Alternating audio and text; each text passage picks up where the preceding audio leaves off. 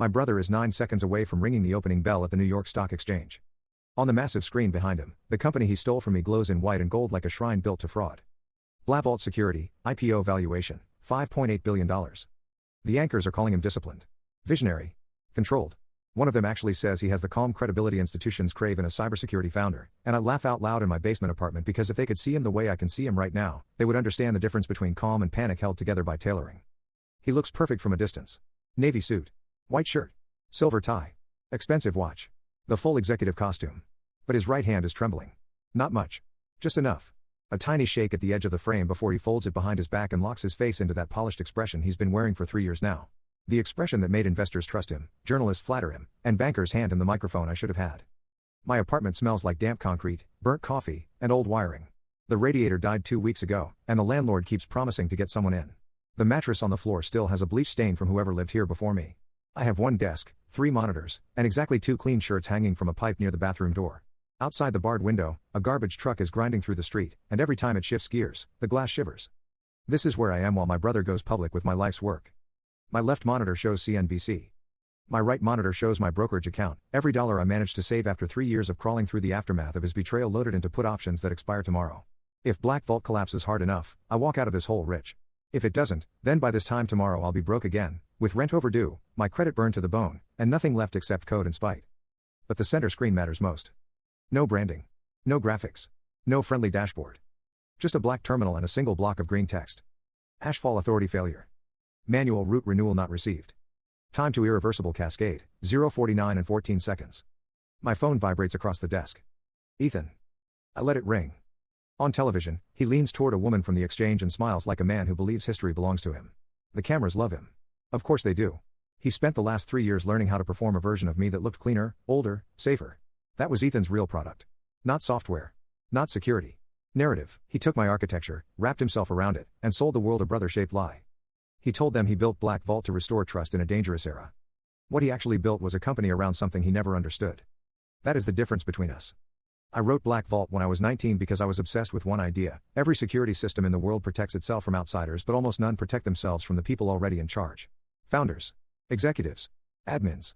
The ones with titles, access, and enough confidence to believe they are the exception to every rule. I thought that was stupid. Dangerous. So I built a root trust engine that did not care who you were. It only cared whether your authority could still be proven. And buried beneath that engine, where no one looking for normal architecture would ever think to search, I wrote Ashfall.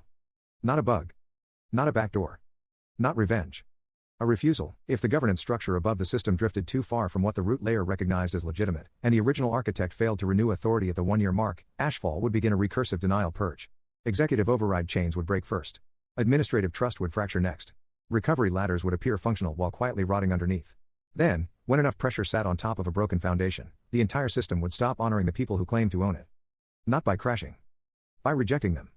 That was the principle Ethan never understood. The most dangerous systems do not need to attack you. They only need to stop believing in you. My phone stops ringing.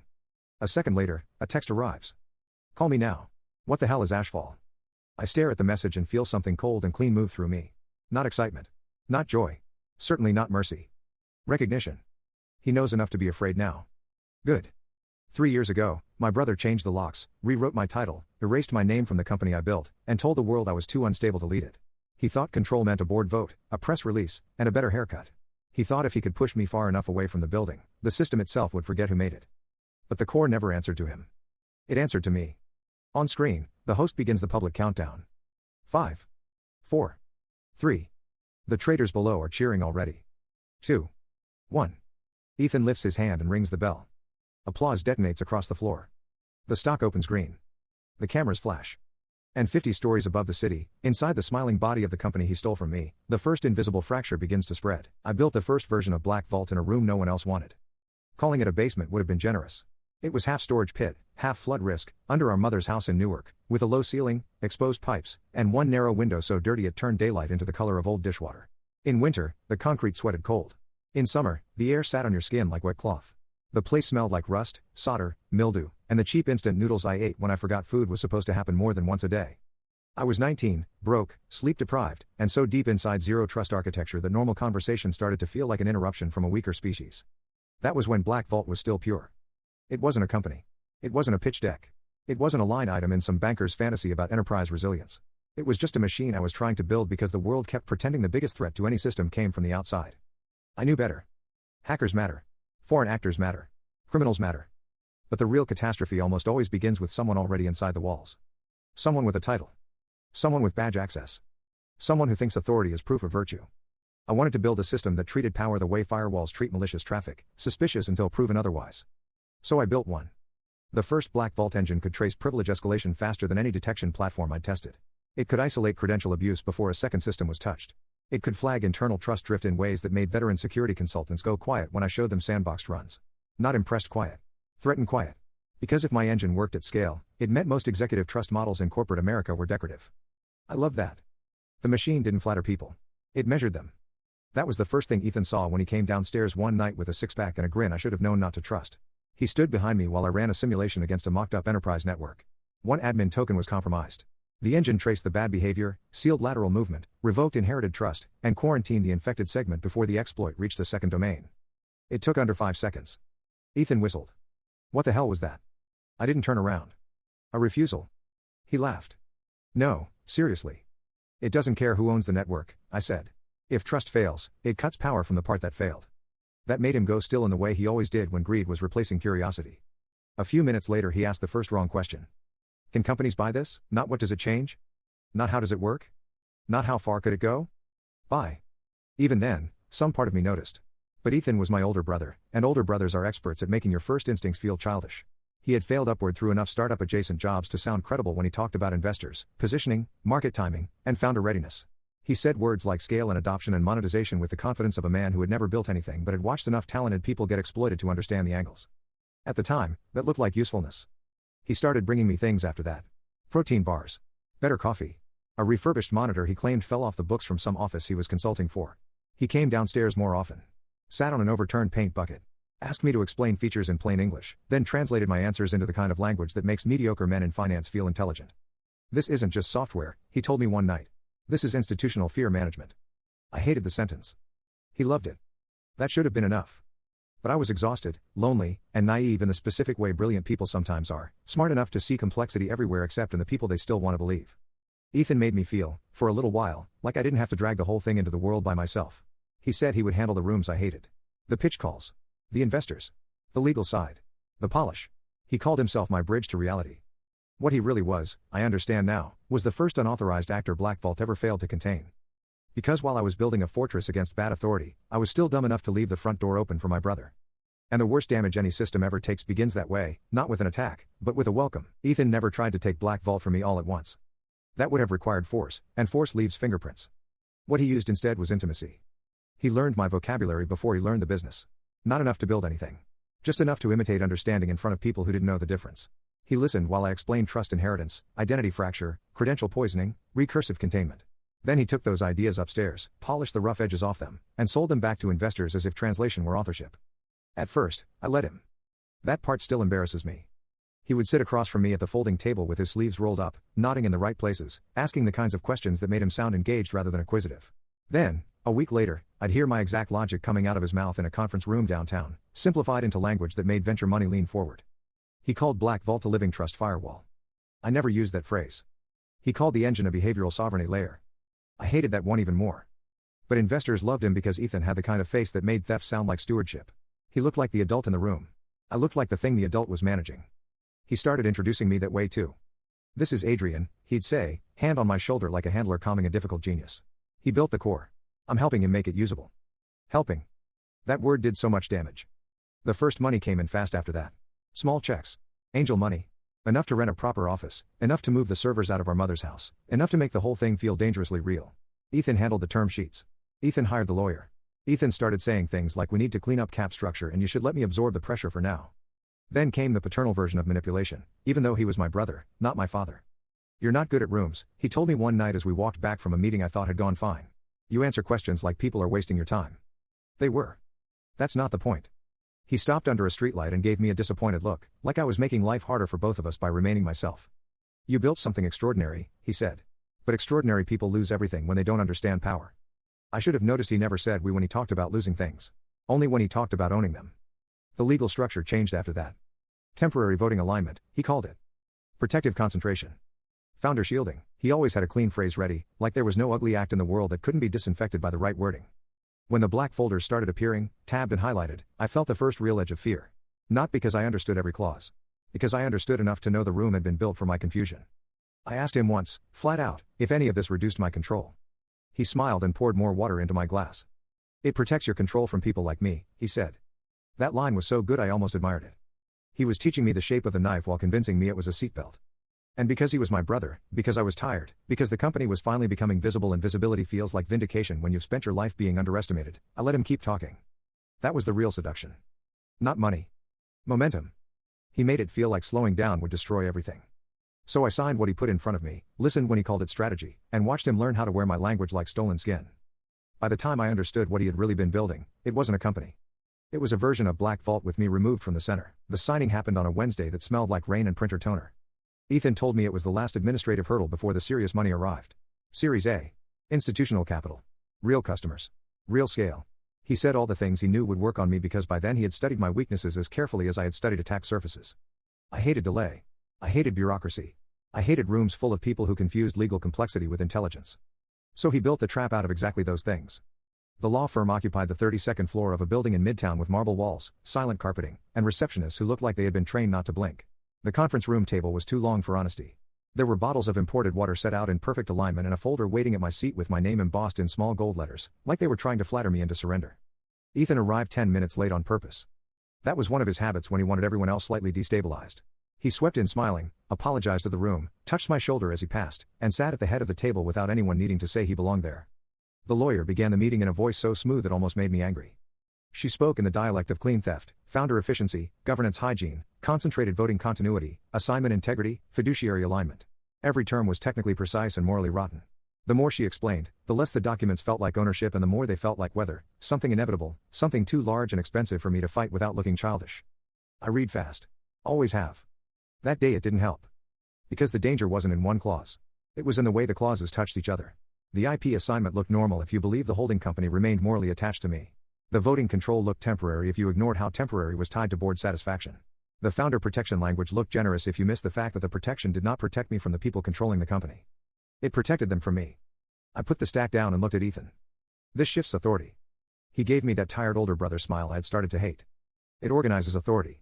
No. It moves it. Adrian, he said softly, as if I were the only person in the room making this complicated, you still own the thing that matters. The code. The future, he corrected. That answer told me more than he meant it to. I asked if I should have outside counsel review the package. The room went still in a very polished way. Not alarmed. Just inconvenienced. The lawyer folded her hands. You're welcome to do that, of course. Of course. The phrase people use when they want you to hear the cost more than the permission.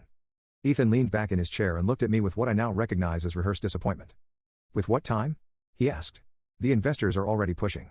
If we delay the close because you suddenly want to discover process, they'll start asking whether you're mature enough for this stage. There it was. Not logic. Punishment. He knew exactly which blade to use. For most of my life, the world had treated my intensity like a defect to be managed. Ethan had learned how to weaponize that better than anyone. He made hesitation sound like instability. He made caution sound childish. He made my need to understand something fully before agreeing to it look like sabotage of my own success. Then he played the final card. He waited until the room had gone quiet enough to hear the air conditioning, then looked me straight in the eye and said, I'm the only person in this city who is trying to keep predators from taking your work away from you.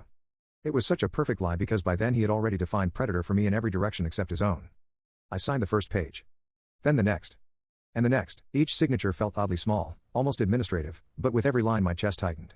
Not because I knew exactly what I was losing. Because some deeper part of me understood I was authorizing a version of the future that no longer required me at the center of it. When I finished, Ethan exhaled like a man watching a bridge hold under weight. The lawyer gathered the papers quickly. Too quickly. People only move that efficiently when the outcome matters more to them than they want to show. Ethan stood and buttoned his jacket. Good, he said. Now we can build this properly. I remember staring at him after that sentence and feeling, for one brief and useless second, the instinct to grab the folder back and tear every page in half. I didn't. That was the moment that buried me. Not when he changed the locks. Not when he erased my title. Here. Under recessed lighting, in a room designed to make surrender feel professional, while my own brother watched me sign away the ground beneath my feet and called it growth.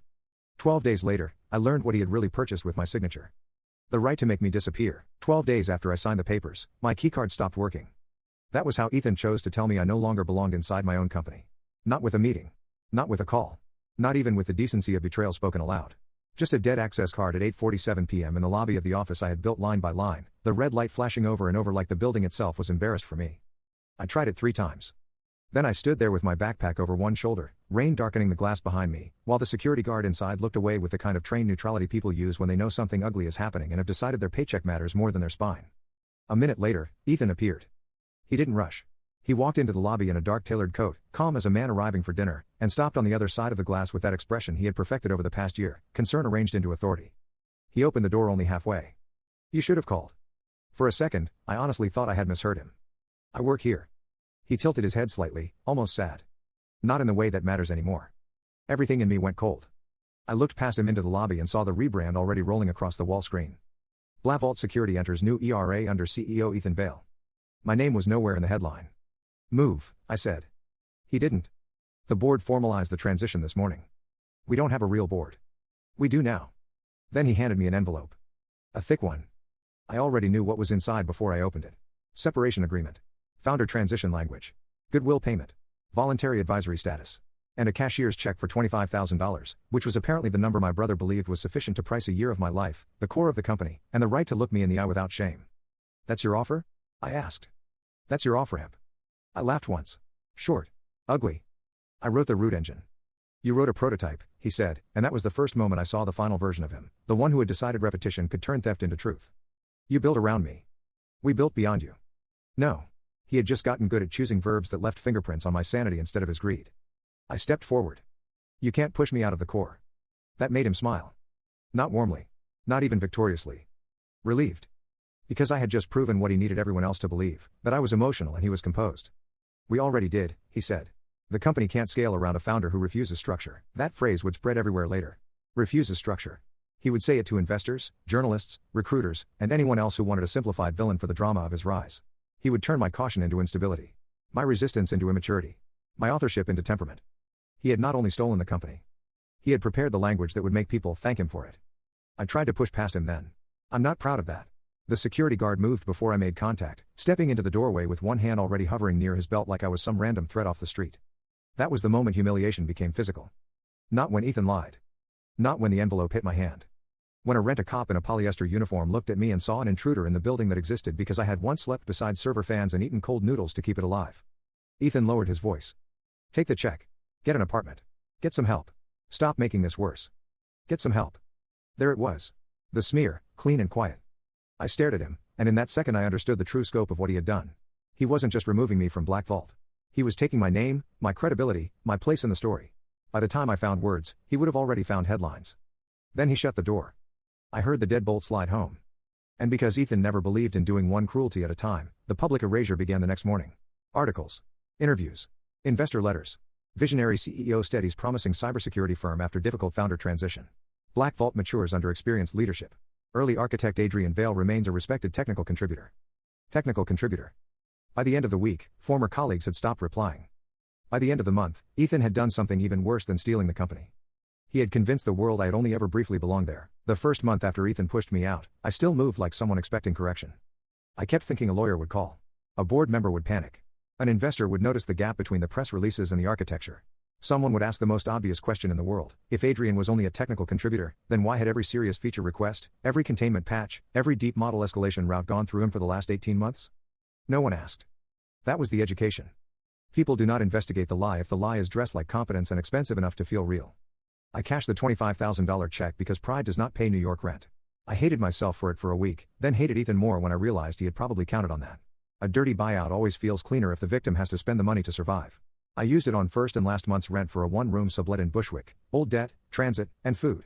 4 months later it was gone. Not low. Gone. After that, life became arithmetic performed under humiliation. I sold the good monitor first. Then the camera. Then the backup laptop. Then the watch our mother gave me when I graduated high school, the one Ethan had forgotten existed because he only ever noticed objects once they became useful to him. I took contract work fixing authentication errors for small businesses that paid late and complained early. I tuned misconfigured VPNs for men who called me buddy while trying to negotiate me down another $50. One startup founder ghosted me after I delivered the patch and then posted on LinkedIn about building with integrity. I learned the cost of groceries by weight. The cost of shame by routine. Some nights I stood in bodegas comparing protein bars by calories per dollar like I was solving a math problem no one should have to solve after building a company worth hundreds of millions on paper. More than once I pretended to be on the phone so the cashier wouldn't try to make small talk while I counted coins. When winter hit, the sublet's windows leaked cold so badly I slept in my coat. I got a help desk job under a shortened version of my last name because the full one had already been contaminated by Ethan's version of me. Brilliant but unstable. Foundational but difficult. Not suited to leadership. Those phrases had spread quietly, efficiently, through the parts of the professional world I needed most. Every interview that went well died somewhere between background review and final round. No one ever said it directly. They never do. They just start sounding legal. At the help desk, I reset passwords for executives too careless to remember their own security questions. I walked people through two-factor enrollment while they complained that friction was bad for productivity. I listened to vice presidents explain urgency like they had personally invented time. I built macros for office managers who made more in bonus money than I made all year. One man yelled at me for 12 minutes because his inbox rules had disappeared. When I fixed it, he said, finally, as if I had been the problem. Then I went home and watched Ethan on Bloomberg. That was the cruelest part. Not poverty by itself. Poverty while your stolen life gets professionally lit. BlackVault kept rising. New office. New clients. New language. Ethan learned how to stand on stages with his wrists loose and his smile controlled, explaining institutional trust resilience to rooms full of people who would never know he couldn't have explained the root engine under oath without committing perjury or comedy. He hired polished teams to build everything around the core I wrote. Interface layers. Reporting dashboards. Compliance skins. Executive controls. He made the company more legible, more expensive, more attractive to the kind of money that mistakes presentation for durability. But he never touched the center. None of them did. That was the secret that kept me breathing when the room got too dark and the bills lined up like accusations. His engineers were good enough to recognize danger, not brave enough to understand it. They treated the root trust engine like a sealed reactor. Draw from it. Route around it. Brand it. Scale it. But never open the casing. And every year, on the anniversary of the original deployment, I renewed the hidden handshake. Quietly. Through the validation path Ethan never found. That part matters. Because I could have burned him early. I could have triggered ashfall in year 1, when the company was still private and the damage would have been sharp but containable. I could have done it in year 2, during the big enterprise push, and watched him spend Christmas explaining outages to angry clients. I thought about it often. On cold nights. On hungrier nights. On the nights when I came home with blisters on my heels and just enough money left to choose between detergent and decent food. But early revenge would have been emotional. I wanted consequence. So I let him climb. I let him take interviews in my voice. I let him ring up valuation on a machine that still required me to keep it alive. By the 3rd year, I had debt, migraines, one decent coat, and a body that felt older than it had any right to. I also had patience sharpened into something dangerous. That was when the first person from inside BlackVault finally reached out to tell me what I already knew. The rot had reached the walls. Her email arrived at 2:13 a.m. from an encrypted address with no signature and no subject line. The body contained exactly one sentence. Your brother is lying to the underwriters, and no one here is brave enough to say it out loud. I read it 3 times before replying. Then I didn't answer at all. I shut the laptop, lay back on the mattress in my coat, and stared at the water stain on the ceiling until dawn because after 3 years of being treated like a bitter, unstable exile, hope had become harder for me to trust than pain. Pain, at least, was predictable. Pain never arrived pretending to save you. The second message came 8 hours later. I worked on root trust validation. He suppressed the audit. If you want proof, come alone. There was an address beneath it. Canal Street. 24-hour diner. I spent half the afternoon deciding whether it was a trap, a prank, a legal setup, or a mercy. By 6:30, curiosity won. Or maybe exhaustion did. There comes a point in a ruined life where you stop guarding yourself because there is too little left to protect except the truth, and the truth has usually already learned to bleed. The diner was bright in the ugly way all-night places are bright, like the lights are trying to interrogate the food. She was already there in a gray coat, sitting in the back booth with a mug of coffee untouched between her hands. Mid-30s. Thin. Composed. The kind of face that had learned not to waste expression on stupidity. Mara Chen, she said when I sat down. Former senior security architect, BlackVault. Former. That word mattered. Everyone still inside BlackVault had something to lose by speaking honestly. The people outside had either been fired, broken, or made expensive enough to ignore. You know who I am, I said. She gave me a look that made the question feel childish. I know who they said you were, she replied. That's different. Then she slid a folder across the table. Not copies from a printer. Originals. Internal audit memos. Verification logs. Escalation notes. Screenshots from engineering channels. 3 separate recommendations, all ignored, all raising versions of the same problem. Root governance anomalies were increasing as BlackVault added executive override layers above a core trust model nobody on the current leadership team actually understood. I felt the muscles in my neck tighten as I read. He really had done it. Not just stolen the company. Not just lied about me. He had pushed the architecture into a public offering while burying warnings from the only people in the room smart enough to understand the danger. He called it pre-IPO noise, Mara said. Then he said the roadshow timeline mattered more than technical purity. Technical purity, I almost laughed. That's what he called it? She nodded. The exact phrase was, we are not delaying a $1 billion event because the engineers are in one of their philosophical moods. That sounded like Ethan. Condescending enough to insult intelligence while depending on it. Arrogant enough to confuse contempt with leadership. Why were you fired? I asked. Mara didn't answer immediately. She took one slow sip of coffee, grimaced at the taste, then looked back at me. Because I told him the root layer was not a product feature, she said. I told him it was a moral system wearing product clothes, and if he kept stacking executive authority on top of a trust engine that didn't recognize him as legitimate, eventually the trust engine would choose itself over him. I looked up sharply. She noticed. Good engineers notice everything. There is something in there, isn't there? She asked. Deeper than access control. Deeper than escalation logic. I said nothing. She leaned back and gave a small nod, like silence had told her enough. I'm not asking for the mechanism, she said. I'm asking whether the company is standing on something it doesn't own. Yes. The word came out flatter than I expected. Mara took that in without drama. That was one of the reasons I trusted her immediately. She was not hungry for spectacle. She was hungry for accuracy. There is a difference, and people who live by one usually despise the other. He accelerated the listing after we warned him, she said. He wants the public valuation before the architecture can embarrass him. He thinks publicity hardens reality. He thinks everyone can be managed. That part, I said, he actually understands. For the first time, something close to a smile touched her mouth. Then it disappeared.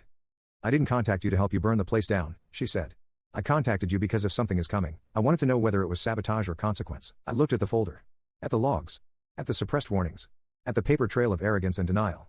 Then I looked at the woman across from me, the only person in 3 years who had spoken to me like I was not a rumor Ethan invented. It's consequence, I said.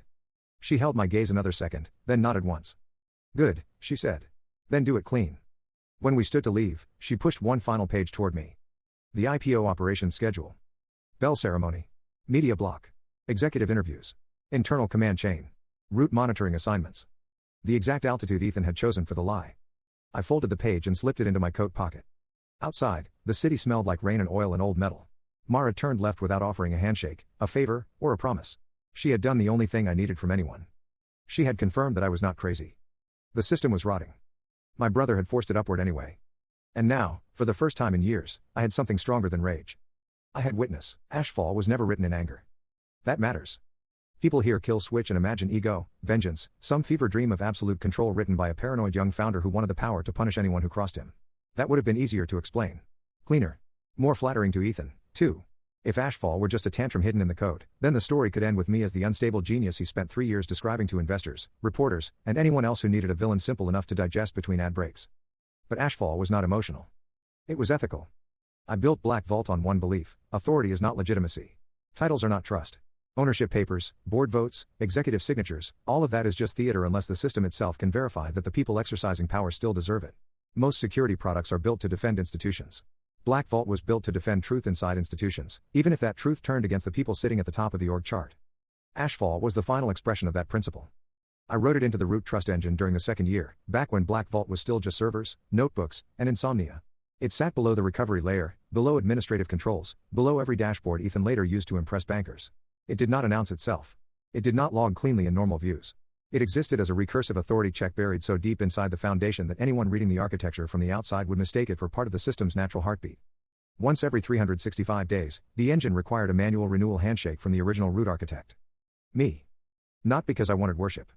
Because the system needed a living confirmation that the trust model had not been commandeered by people who controlled the company but no longer understood the engine they were scaling. If the handshake arrived, the system continued. Quietly. Normally. Gracefully. If it did not, Ashfall interpreted the silence as a final answer: either the architect was gone, compromised, or intentionally refusing legitimacy to the governance above him. That was when the cascade began. Not a crash. Not data deletion. Something much crueler. First, executive trust inheritance started failing in ways that looked random to anyone who didn't know where to look. Then administrative escalation stopped propagating cleanly. Then recovery paths began authenticating without restoring actual trust, which is a beautiful way of making powerful people believe they are still in control while the floor is already leaving the room beneath them. After that came policy fracture. Token invalidation. Permission drift. The root engine did not attack the system. It simply stopped believing in the authority layered on top of it. That distinction is everything. Systems can recover from attack.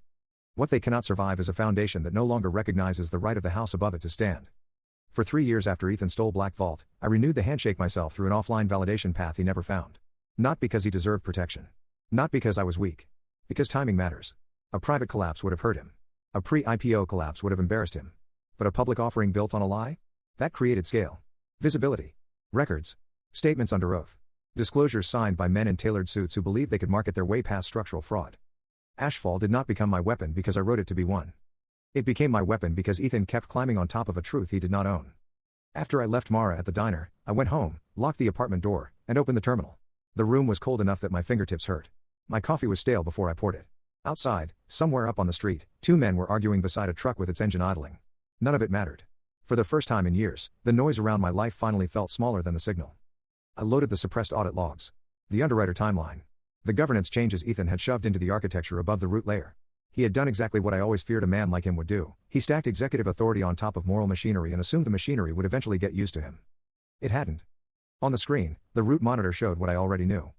Manual authority renewal window expired. Governance anomaly threshold exceeded. Ashfall status, armed. I stared at those lines for a long time. 3 years of hunger. Debt. Humiliation.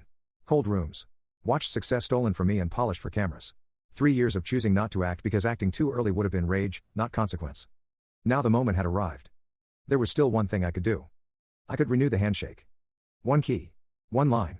One act of mercy for the brother who changed the locks, took my name, starved me in public, and taught the world to see me as the unstable ghost haunting a company I had built. Instead, I folded Mara's audit printout once, set it beside the keyboard, and did nothing. That was the whole decision. No dramatic command. No cinematic flourish. No final speech. Just refusal. Sometimes the harshest revenge is not pulling the trigger. It is declining to stop the mechanism someone else forced into motion. By the time the bell rang the next morning, Ashfall was no longer a contingency buried in forgotten architecture. It was law. And Ethan was about to meet the part of BlackVault he had spent 3 years depending on without ever earning. The stock opened at $44 and went vertical. For the first 7 minutes, Ethan looked invincible. That was the cruel perfection of it. Nothing destroys a man like letting him taste immortality one final time before you take his mouth away. On CNBC, the anchors were euphoric. BlackVault was the trust layer of the future. A flagship cybersecurity listing. A category-defining company. Ethan stood in the middle of the floor with bankers, cameras, and traders orbiting around him like he had personally invented caution. He laughed at something a host said. He shook hands. He touched shoulders. He performed confidence for the country while the core beneath his empire had already started to withdraw recognition from everything above it. My terminal updated first. Ashfall cascade, stage 1 complete. Executive trust inheritance degraded. Time to root fracture, 0:36 and 12 seconds. Then the first real signal surfaced. A major financial client lost admin continuity across a secondary response cluster. Not a full outage. Worse. Something subtle enough to look fixable and dangerous enough to make serious engineers go cold. The client's internal security team escalated. BlackVault opened a priority incident. Ethan's people blamed traffic, deployment strain, edge latency, the usual dictionary of corporate cowardice. The market kept climbing. 51. 53. 56. That was what greed always does. It interprets warning signs as noise until the floor physically disappears. At 9:58, the second failure hit. A healthcare network using BlackVault's Enterprise Identity Vault received contradictory trust validations across the same root environment. That should have been impossible. Either the authority existed or it didn't. BlackVault's whole brand rested on that certainty. Social posts started to appear from security teams who should not have been posting at all if things were normal. Anyone seeing broken recovery inheritance in BlackVault? Root trust mismatch after executive escalation, this is not cosmetic. We're getting token confirmations with no policy restoration. What is happening over there? At 10:03, the stock dipped below the opening price. My phone lit up. Ethan. I let it ring once, twice, then answered on the 4th vibration. He didn't bother with hello. What did you do? I watched him on the left monitor while he spoke. He was in a hallway now, away from the cameras. Tie loosened. Smile gone. One of the underwriters was behind him on another phone, already pale. Nothing, I said. His breathing sharpened. Don't do that. Don't play games with me. The root layer is rejecting executive authority. Yes. The engineers can't override it. No. What is Ashfall? There was a pause then, and in that pause I felt the full shape of the reversal. 3 years earlier he had stood in a warm lobby while rain ran down my neck and explained that I no longer mattered in any way that counted. Now he was the one asking the only person he'd erased to explain the machine keeping his fortune alive. Ashfall, I said, is the part of the company you never owned. Behind him, someone said his name twice in a row, louder the second time. Ethan turned away from them, hand over one ear. Adrian, listen to me carefully. We can handle this privately. That almost made me laugh. Privately. As if he had not stolen me publicly. As if he had not starved me publicly. As if he had not taken my name apart under studio lighting and taught strangers to call it leadership. You already handled it privately, I said. For 3 years. The terminal flashed again. Ashfall cascade, stage 3 complete. Policy recovery invalidated. Market exposed failure window, open. That was when CNBC changed tone. No more celebration. No more mythology. Now it was unexpected instability, then serious technical concerns, then questions around core trust functionality. Language is the first thing power loses when the truth shows up. It starts polished. Then it starts backing away from names. BlackVault dropped to 32. Circuit desks woke up. Algorithms turned predatory. Analysts who had spent the morning praising Ethan began typing softer words with harder implications. Structural. Dependency. Disclosure risk.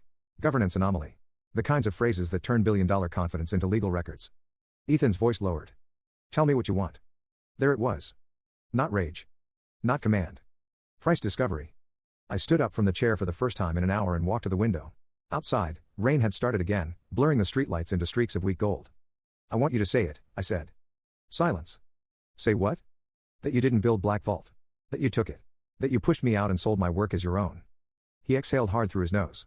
You understand if I say that, I'm finished. I looked at the terminal. BlackVault hit $21. Trading was moments from halting. Yes, I said. At 10:14, the first circuit breaker hit. Trading paused. CNBC cut to a panel. Legal analysts came on. One anchor used the phrase possible disclosure catastrophe. That was the moment the market stopped treating BlackVault like a company with a temporary problem and started treating it like a lie under active collapse. When Ethan spoke again, all the executive polish was gone. Please. Just that. No strategy. No branding. No older brother authority. Just the sound of a man discovering too late that he had built his entire life on machinery that required the respect of someone he had taught the world to despise. I closed my eyes for 1 second and saw everything at once: the dead radiator, the severance check, the red access light, the protein bars he brought downstairs while studying how to skin my work alive, the nights I counted coins under fluorescent light while he explained founder maturity on podcasts. Then I opened my eyes. No, I said. And on the screen, while the market waited to resume and finish tearing him apart, my brother finally looked like what he had always been. Not a founder. Not a visionary. Just a thief watching the foundation remember its maker. Trading resumed at 10:27. BlackVault reopened at $12, dropped to 7 in less than a minute, then slammed into another halt so hard it felt less like market activity and more like a public execution with candlestick charts. By noon, every major financial network had stopped using Ethan's old adjectives. No more visionary. No more disciplined. No more trusted operator. The new language was cleaner and crueler. Undisclosed root dependency. Possible offering fraud. Executive misrepresentation. Terminal trust failure. That was the thing Ethan never understood about collapse. When it finally arrives, it does not merely take your money. It edits the dictionary around your name. By 2 in the afternoon, BlackVault's largest banking client had filed an emergency suit. By 4, the underwriters had issued a statement distancing themselves from legacy architectural representations made by management. The board announced an independent review. 2 days later, they suspended Ethan. 3 days after that, federal regulators requested internal communications tied to pre-IPO diligence, risk certification, and governance disclosures. Mara's audit packet did the rest. I sent it through counsel, not rage. That mattered to me. I did not want the story ending with me as the unstable founder striking back from a basement. I wanted records. Timestamps. Signatures. Escalations. Suppressed warnings. I wanted the truth arranged so precisely that no expensive man in a dark suit could turn it into confusion. Ethan called for another week. I never answered. His voicemails got worse in exactly the order you would expect from a person whose soul had always confused persuasion with power. First anger. Then bargaining. Then self-pity. Then family. Then threats so weak they sounded like habits. Then silence. The real punishment began after the phone stopped. BlackVault did not die in one dramatic moment. It rotted publicly. Clients fled. Enterprise renewals froze. Insurance carriers raised premiums. Analysts started using the company as a cautionary case study for governance fraud in technical businesses. Ethan's loft went on the market in February. By April, the car was gone. By June, deposition transcripts leaked and his own words finished what Ashfall had started. He had known the core had never been fully audited. He had known root authority warnings existed. He had accelerated the IPO anyway. He had called those concerns engineering mood swings. That line made every article. It should have. Meanwhile, I stayed in the same apartment for 4 more months after the crash.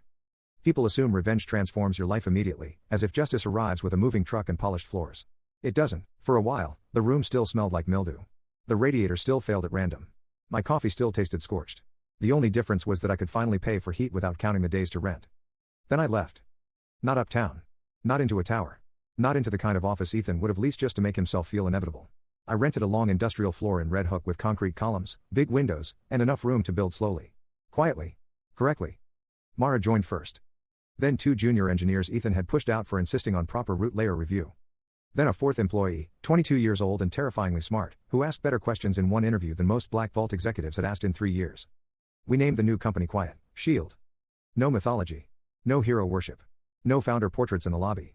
No executive override theater. Every authority chain visible. Every governance change reviewable. Every client contract written in language that assumed the customer deserved truth more than salesmanship. A year later, we were profitable. Actually profitable. Not pitch deck profitable. Not adjusted growth story profitable. Revenue. Retention. Clean audits. Trust earned the boring way. That was the part I loved most. Not that Ethan had lost. That I had built something he could never have understood well enough to ruin. I heard eventually that he took a plea deal on the civil side and spent the next decade under the kind of professional shadow that never quite lifts. Not prison. People like Ethan are rarely punished with cages. They are punished with irrelevance, speaking carefully in rooms that no longer belong to them, introducing themselves to younger men who pretend to recognize the name. Good, that felt proportionate. Last month, I flew to Denver to meet a 17-year-old founder who had built a frighteningly elegant threat modeling engine out of open source scraps, insomnia, and raw talent. A venture firm had already started helping him with structure.